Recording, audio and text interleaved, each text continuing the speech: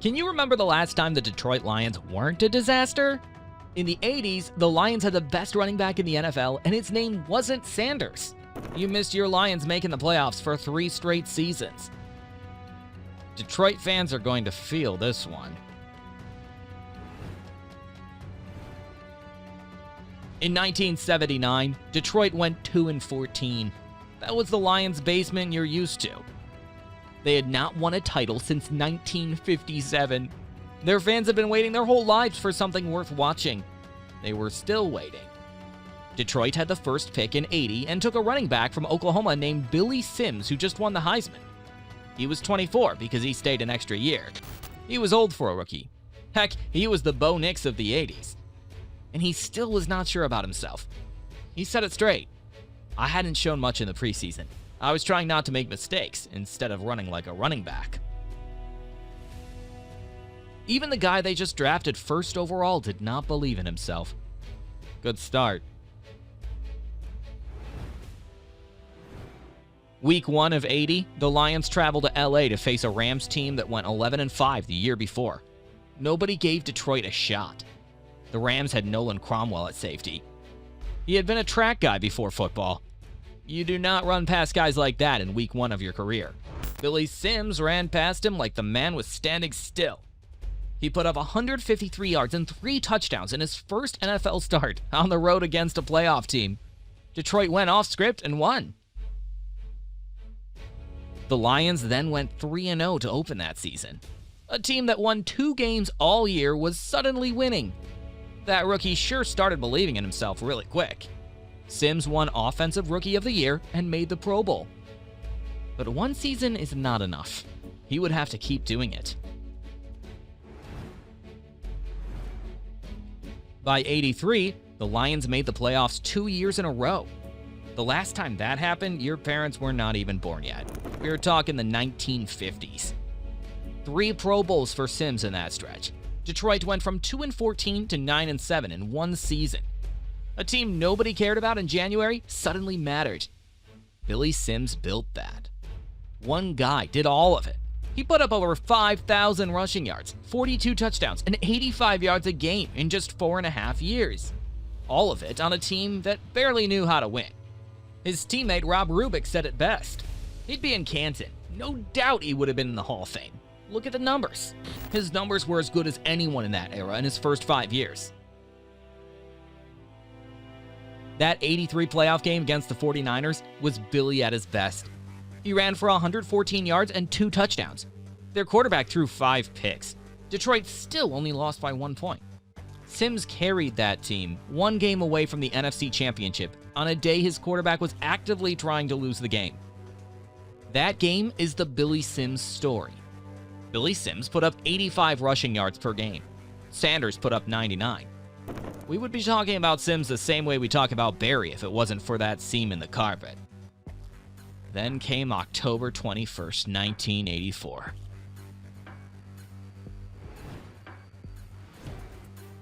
That day, week 8 of the '84 season in Minneapolis, Billy Sims is having one of those games. He has 22 carries for 103 yards and a touchdown. The Lions are up 16-14. Billy isn't even 30, and he's getting better every game. He had been saying it since warm-ups. The thing about that injury, it wasn't a tackle. It was turf. I was complaining in the warm-ups about the turf. In warm-ups, I was complaining because my shoes was getting caught in the seams when I run or take off or whatever. He told people about the seams in the AstroTurf, the spots where the carpet grabbed cleats. He told them. Nobody listened. Late in the 4th quarter, Billy plants his right foot to cut away from a linebacker. Nobody hit him. His cleat caught a seam and his knee gave out.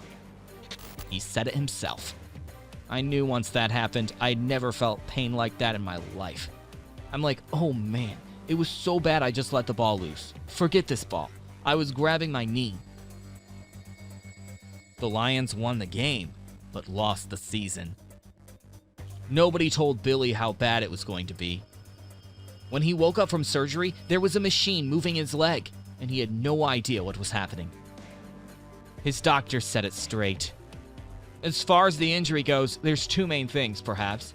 One is the extent the ligament is damaged, and 2 is the extent of damage to the joint surfaces. He had both. The NFL had been putting that AstroTurf in stadiums for years and knew what it was doing to guys' knees. Billy Sims was not the first career it erased. He would not be the last. They called it progress. You remember those 3 playoff seasons. Here's what happens when Billy goes down. From 1984 through 1988, the Lions went 4-11-1, 7-9, 5-11, 4-11, and 4-12. They did not make the playoffs once. Lions fans are living this now. You finally get a good team, and then somebody's knee gives out. Billy spent 85 in rehab, convinced he was coming back. He said so right after the surgery. I'll be ready in 1985. You can count on that.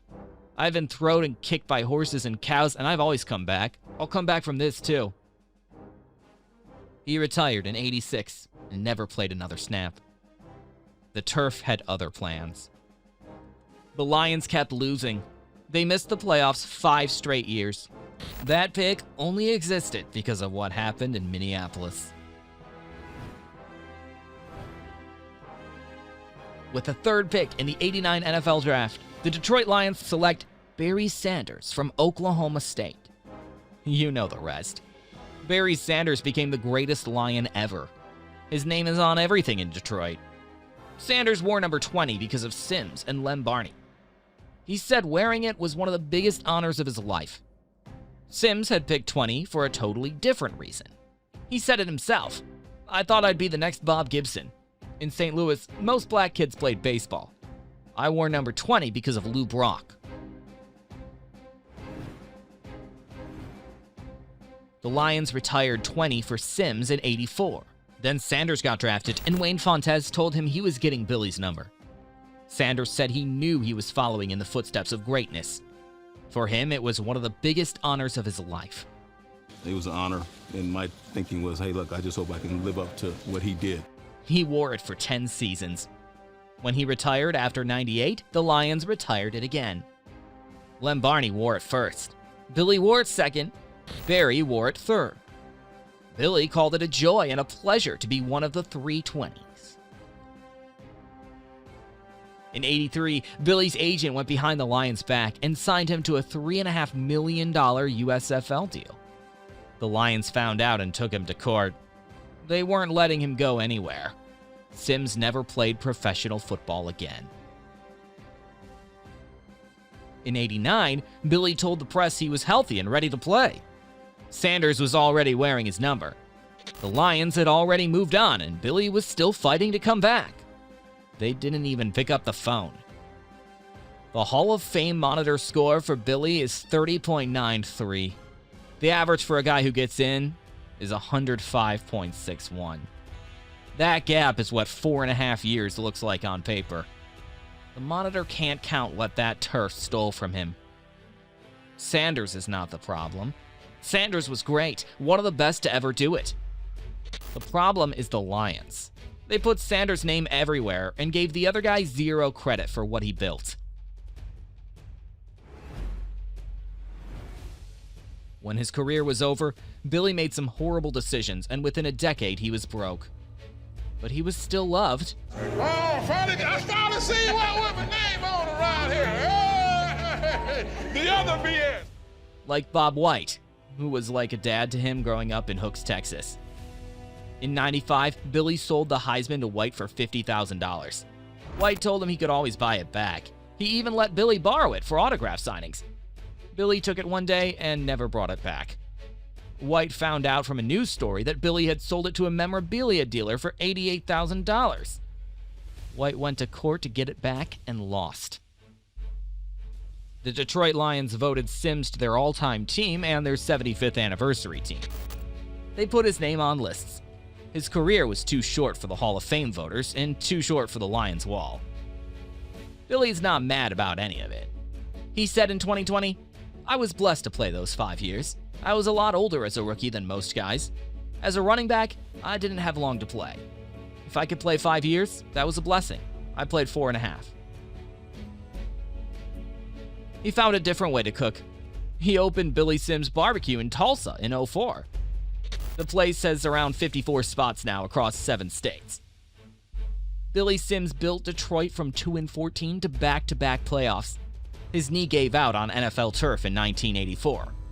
5 years later, the Lions drafted Barry Sanders with the pick his collapse earned them. He did not just lose his career. Without even knowing it, he set up Barry Sanders to become the greatest Lion ever. Your Lions missed making the playoffs in the 80s because of a seam in a carpet. Detroit fans are feeling this one again. Today's Lions are repeating history with a great team, but losing in the playoffs because of injuries and horrible Lions luck. Consider the comments section to be your therapy session. You kids have a great day and God bless.